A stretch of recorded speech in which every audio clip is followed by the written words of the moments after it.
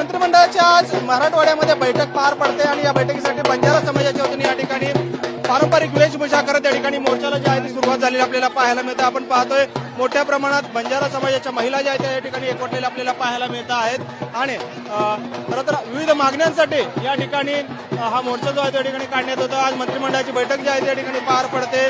नक्की काय मागण्या आहेत, कशासाठी त्या मागण्या आहेत?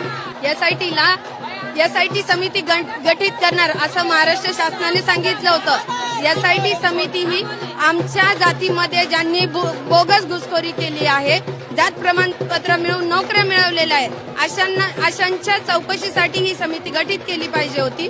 आम्ही सरकार म्हणले होते की आम्ही गठीत करू, नंतर सरकारने पलटवार केला आहे। जेव्हा 17 सप्टेंबरचा विचार करता, इतिहासाचा विचार करता, तर तेलंगणामध्ये आम्ही एसटी प्रवर्गावर आहोत, पण महाराष्ट्रामध्ये ही बंजारा समाज मोठ्या संख्येने आहे। तर तो विजय समाजात एसटी